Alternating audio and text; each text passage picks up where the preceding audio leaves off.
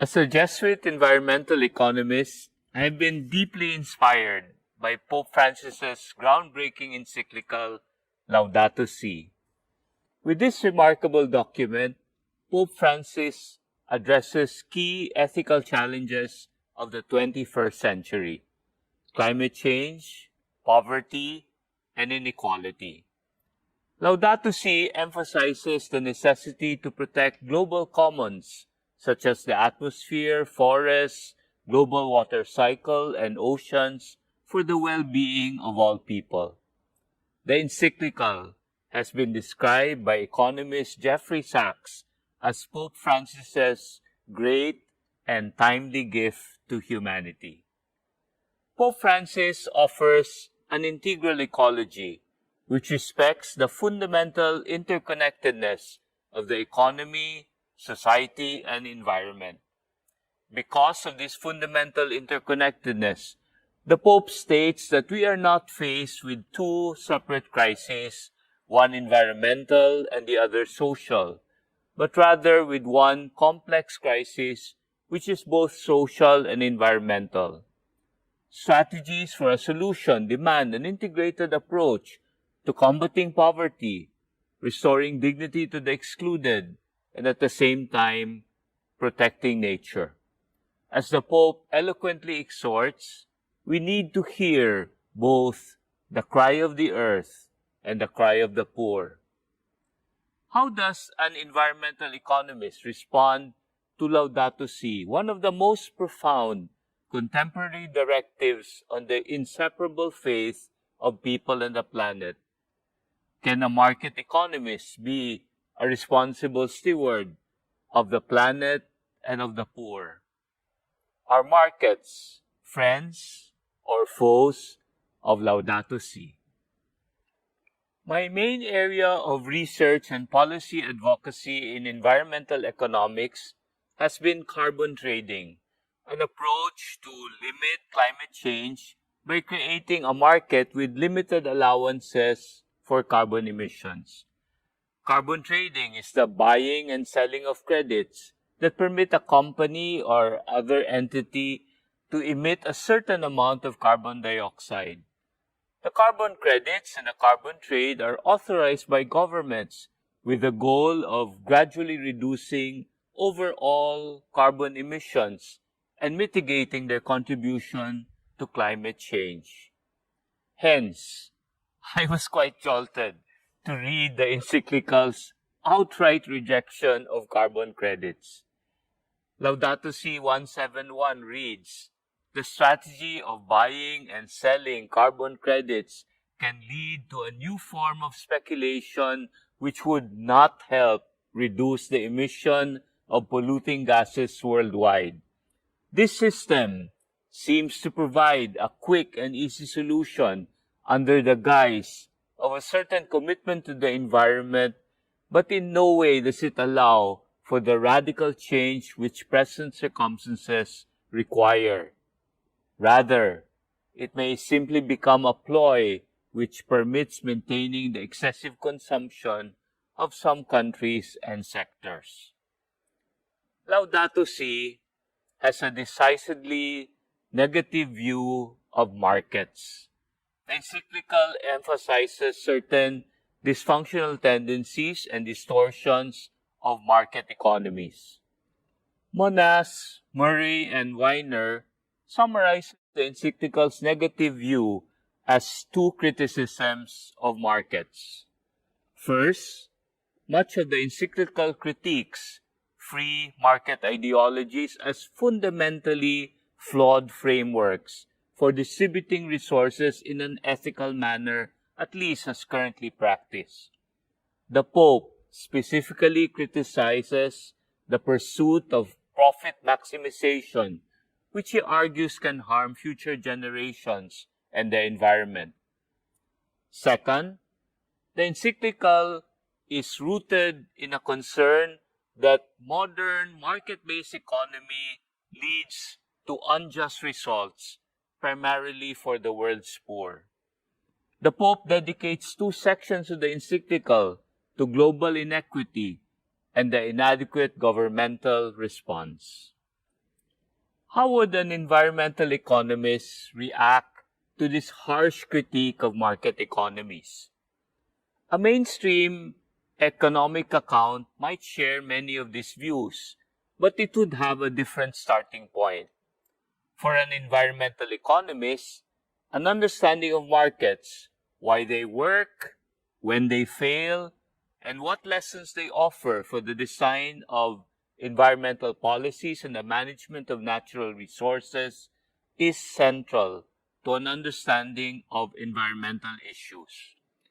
To illustrate how economic reasoning can help us understand and address environmental problems, let's take a look at perhaps the most pressing environmental issue addressed in Laudato Si, global climate change.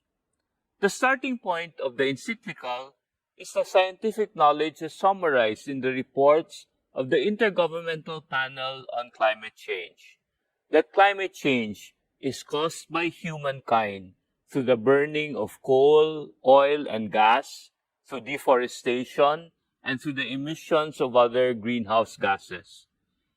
The encyclical emphasizes above all the consequences of climate change for the poor.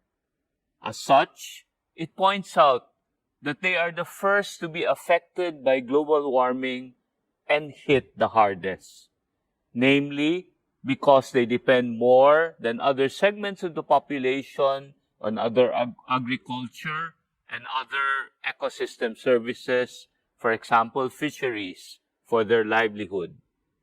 Also, they are not in a position to protect themselves effectively against extreme weather events and water scarcity. Moreover, the lack of access to clean water, the loss of biodiversity, and increasing air pollution and the adverse effects on health are concerns for the Pope. He fears that the negative effects of global environmental change and resource use could lead to migration movements or even wars in the future. The environmental economists, Keohane and Olmsted, give an economic perspective on climate change. What are the causes of climate change? From an economic point of view, the roots lie in the incentives facing individuals, firms, and governments. Each time we drive a car, turn on a light, or use a computer, we are directly increasing carbon emissions and thereby contributing to global climate change. In doing so, we impose a small cost on the Earth's population. However, these costs are invisible to the people responsible. You do not pay for the carbon you emit, nor indeed does the company that produces your electricity or the company that made your car. The result is that we all put CO2 into the atmosphere because we have no reason not to.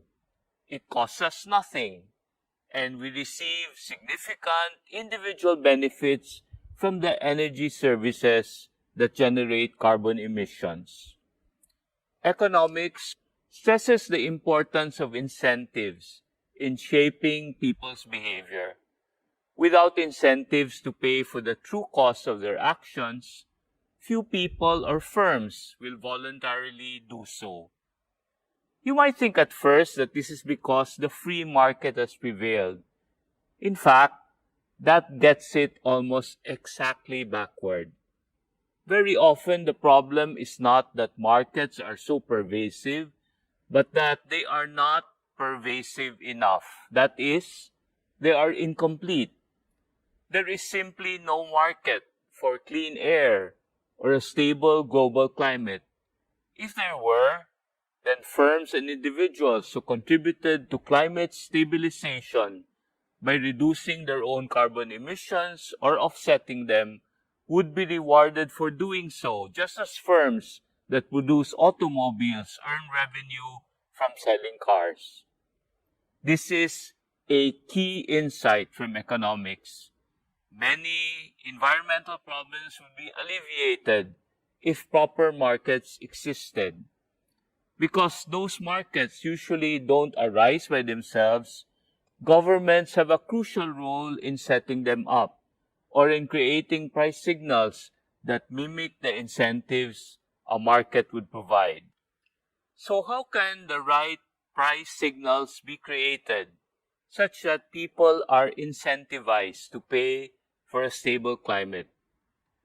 Emissions can be reduced in myriad ways by requiring polluters to install and operate specific abatement technologies or to meet specific standards of performance at their facilities, by mandating tough energy efficiency standards for consumer appliances, and tightening fuel economy requirements for vehicles, by levying a tax on greenhouse gas emissions, or by capping emissions and allowing emitters to trade allowances under that cap. And that is hardly an exhaustive list. Both economic theory and experience provide compelling arguments for market-based policies such as emission taxes and cap-and-trade policies that harness market forces to achieve regulatory goals at less overall cost than traditional approaches. Metcalfe explains the economic logic of a market-based environmental policy instrument such as a carbon tax. Markets work best when the price of a good reflects all its costs. If the price of the good doesn't include all the costs, the damages from pollution, for example, then we are effectively subsidizing that good, and as a result, we'll consume too much of it. Because we don't include the cost of climate change in the price of fossil fuels, we consume more of them than is good for society. Taxing carbon aligns the price we consumers see with the true cost of using these fuels. People respond to prices. If we raise the price of fossil fuels to reflect their true cost, consumption falls. When gasoline prices rise, people drive less and buy more fuel-efficient cars. Lower carbon natural gas is burned to produce electricity in place of high carbon coal. Factories invest in more efficient furnaces to reduce their fuel combustion, and on in literally millions of decisions made by businesses and families across the country. While climate change is a moral issue, it is also an economic and technological one. Economic tools may help us to address the problem and should not be rejected out of hand. Monas, Murray, and Weiner argue that Laudato Si recognizes the value of market-based environmental policy. A careful reading of the encyclical suggests a more nuanced understanding of and a shared understanding that actually favors well-designed market-based climate policies such as carbon taxes and cap-and-trade. The encyclical repeatedly invites a dialogue regarding the environment, the economy, and public policy. Other provisions of the Pope's encyclical criticize a system that allows business to profit by calculating and paying only a fraction of the ecological and social costs involved in the production process. An efficient carbon market or tax, however, would require businesses to pay the full social and environmental costs of their emissions, not just a fraction.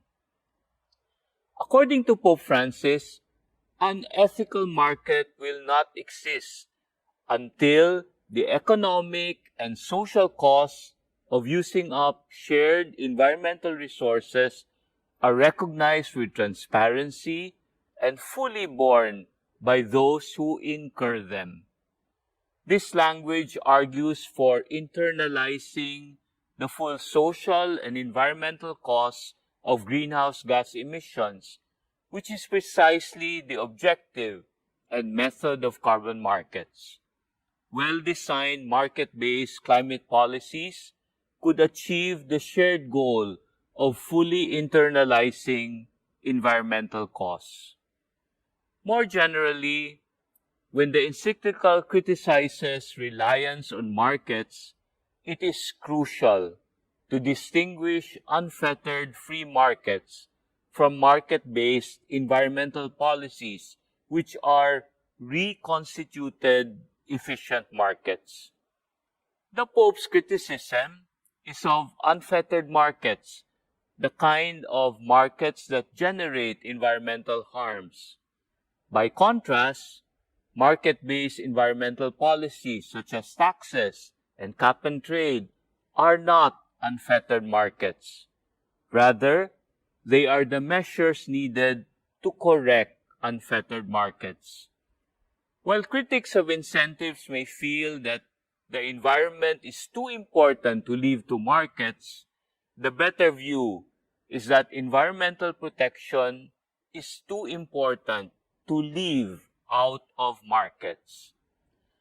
The move to incorporate environmental values into markets through market-based policy instruments is part of a long process of reshaping markets to internalize social values that had been previously omitted. Therefore, the Pope's criticism of markets in general could be seen as an endorsement of market corrective policies. Edenhofer and Flaxland likewise argue that carbon pricing, which addresses climate change, could also address poverty.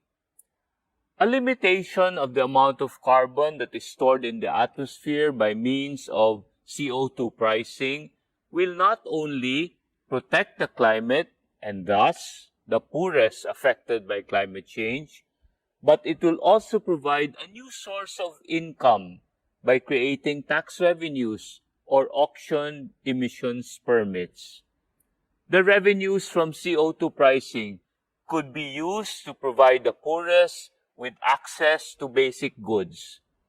A CO2 tax reform could be carried out by national governments by means of international coordination. To give an example, were the government of India to charge $10 for every ton of CO2 emitted, it could provide electricity, clean water, sanitation, and telecommunications for more than 60 million people every year. The same applies to China or Mexico. CO2 pricing is a potent means to be used in combating poverty. A first step in this direction would be to abolish subsidies for fossil fuels. That alone would free up at least $550 billion for investments to help the poor. Indeed, these measures would meet one of the key demands of the Pope, namely, to fight climate change and poverty at the same time. Economics can be at the service of Laudato Si by offering practical, market-based analysis and solutions. To understand environmental problems today, whether local ones like congestion, or national ones like air pollution, or global ones like global warming, requires understanding markets. Environmental economics argues that environmental degradation is the result of distorted market signals that put too low a price on harmful environmental effects. Climate change, the most perilous of all environmental problems, is taking place because virtually every country puts a price of zero on carbon dioxide emissions. It is noteworthy that ecological economics is one of the 7 Laudato Si goals in the Laudato Si Action Platform promoted by the Vatican Dicastery for Promoting Integral Human Development. Environmental economics can be a partner in the protection of our common home. Working through the market can be most helpful in order to address the climate problems in ways that are scientifically meaningful, economically sensible, and ultimately politically pragmatic. Markets can be a friend of Laudato Si.